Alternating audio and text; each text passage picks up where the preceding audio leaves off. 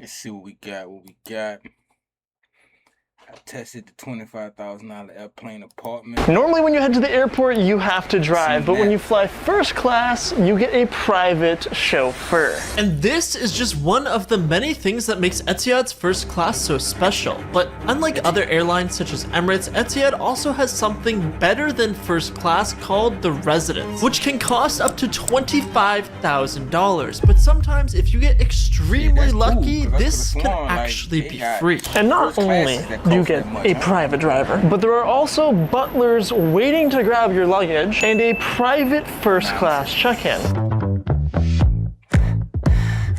Unlike a usual check-in line, this place was filled with couches and other places to sit while the staff checked me in. But after, they had people come to carry my bags while they brought me over to a private security line. And because it's first class, it is genuinely the fastest security experience you could possibly imagine. But to make things even crazier, they escort you through the airport to the lounge, which is currently happening right now. So far, this is insane.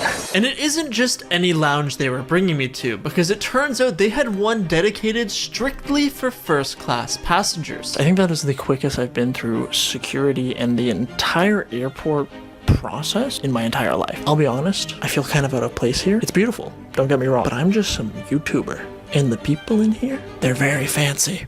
Now, from here on out, here's how things are going to go. I'm going to be rating the lounge, on-flight amenities, food, seat, and most importantly, the overall buy, all to see if it's really worth it or not. But now, one of the benefits to flying first class with Etihad is that they have gone ahead and booked me a private massage. You heard me right. I get a free 15-minute massage just because I'm flying first class. I mean, I'll take it. But before we do that, I think I should go and check out this incredible lounge because it's also one of the biggest lounges I've ever seen in my life.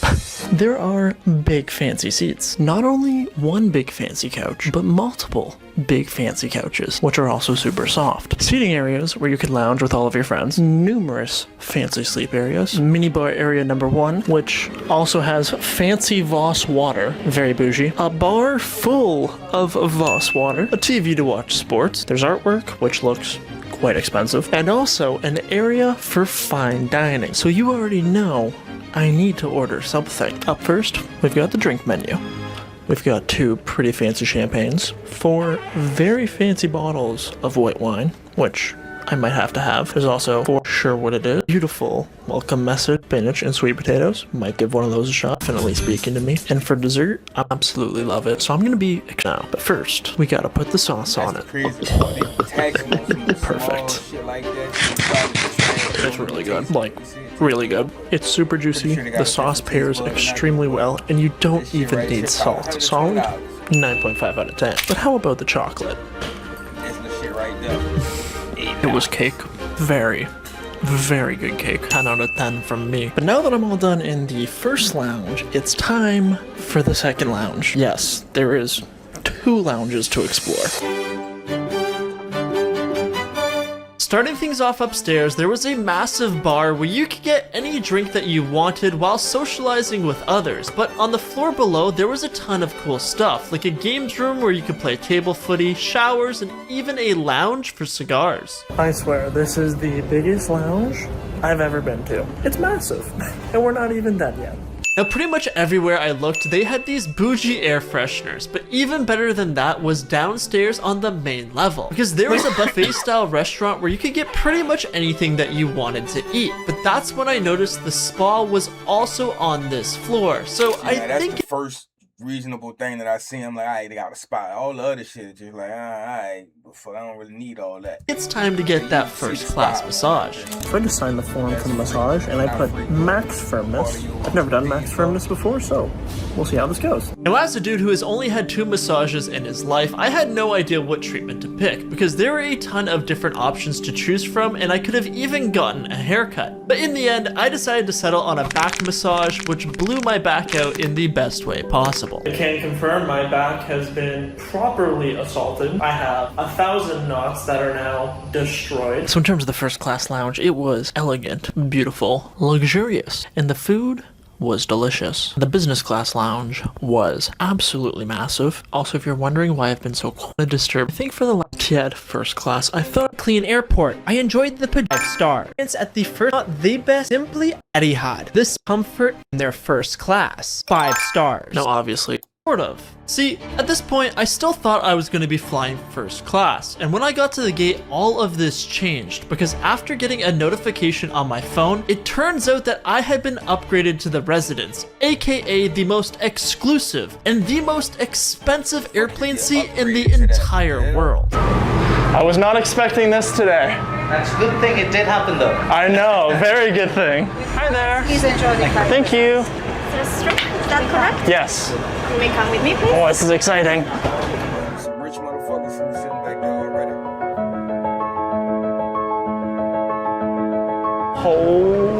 Holy shit. I've been on the plane for literally 3 seconds. Got a glass of champagne in my hand,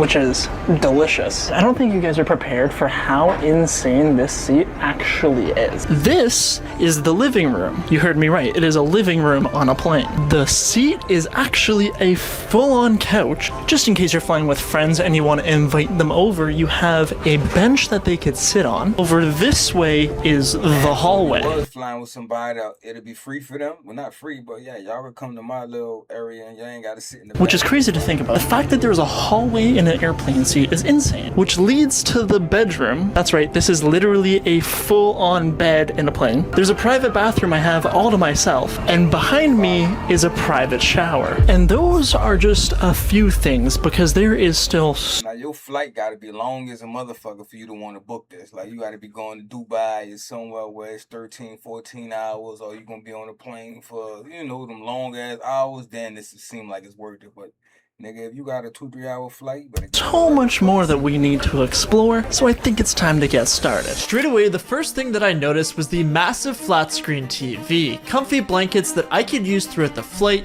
tons of different comfy throw pillows, charging ports for my devices, and also an HDMI input, meaning I might be able to play video games while on the plane. Yet this is only the tip of the iceberg, because now that we had taken off, things are about AI himself playing the game, because he really wasn't. He said I might be able to. I don't to think get he had a game even with it. crazier. But since I got so lucky and got upgraded to the Residence, the first thing I need to do is change into my pajamas. Because not only are they inside this bag, but also it includes the rest of the amenities. And from what I've been told, it's all designer brands. This place is crazy.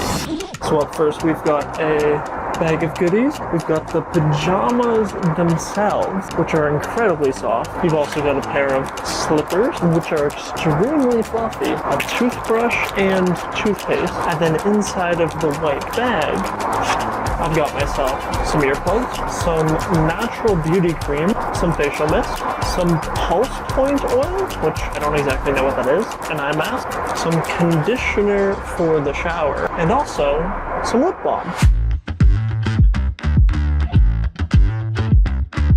The pajamas are literally made of silk. Well, I don't know if they're actually made of silk, but they're that comfortable. And it wasn't just the PJs, which are high-end, because this bathroom had Espa skincare, which is apparently super bougie. There were hot towels or cold towels on demand, hair dryer, and also a bathrobe for after I used the shower. And maybe this is TMI, but the toilet seat is actually made of leather too. So when it comes to the amenities, I'm gonna have to give that a solid 10 out of 10. Now, not only is my seat basically an entire couch, but there are a bunch of secret features that come along with it. For example, down here I have an entire mini fridge all to myself, where the water is Voss. If I push these buttons right here, they also do a ton of different things. This one puts the blinds all the way up, and it also puts them all the way down too. This button right here actually moves the couch forward towards me, which is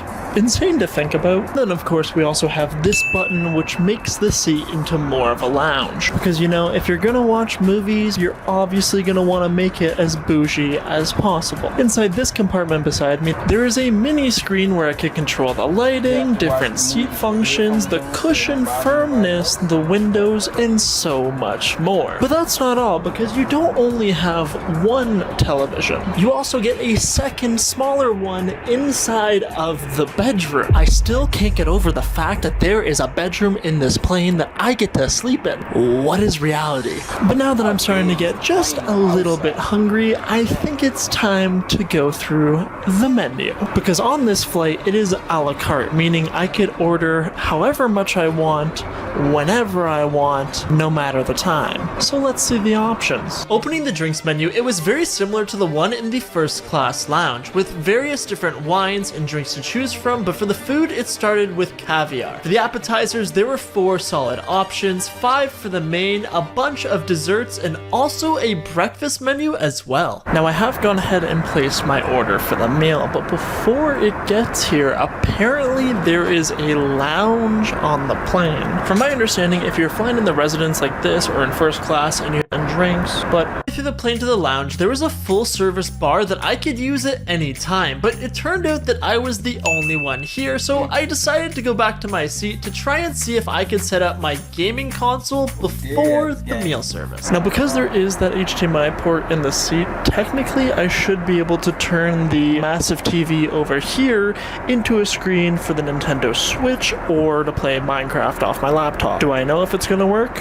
And it actually popped up on the TV. I didn't think it was going to work, but it actually did. I'm about to have the best gaming experience on a frickin' airplane. But that was gonna need to be after I was done with the meal, because soon enough the flight attendant came around with Dude, it is only the appetizer, but I am most excited for this, which is the caviar. And what makes caviar even more special is that it's so nasty when I see it. It ain't supposed to be like frog eggs or something eggs. But that shit look nasty and people act like it's good, but that shit looks horrible. it has become the most iconic food on all of Emirates, which makes it so luxurious. But now that Etihad has it, it'll be interesting to see which is actually better. Gotta use the special spoon. Cheers. This is going to be a very controversial statement. I think the caviar on Etihad is better than Emirates. Next up, the lobster. Oh my god, that is unbelievable. But how about the caviar and the lobster on the bread? Bon appetit. Solid 10 out of 10. But it turns out I actually lied, because that was the salmon that was with the caviar, and now it was time for the lobster. Let's see how it is. Legitimately an explosion of flavor in my mouth. And now, before the main, well, they decided to give me sorbet. Apparently it's supposed to cleanse the palate, and it's definitely very tasty, so I'm not complaining. It is now time for the main dish, and I decided to get the beef tenderloin. So let's dive right in. Gotta pour the sauce on, get it all over it. It's time for the moment of truth. I'm not even gonna sugarcoat it. That is a 10 out of 10. But now it was time for the best part, dessert. And now finally for dessert, I got myself some cheesecake with dark chocolate. The dark chocolate's really good, but how about the cheesecake?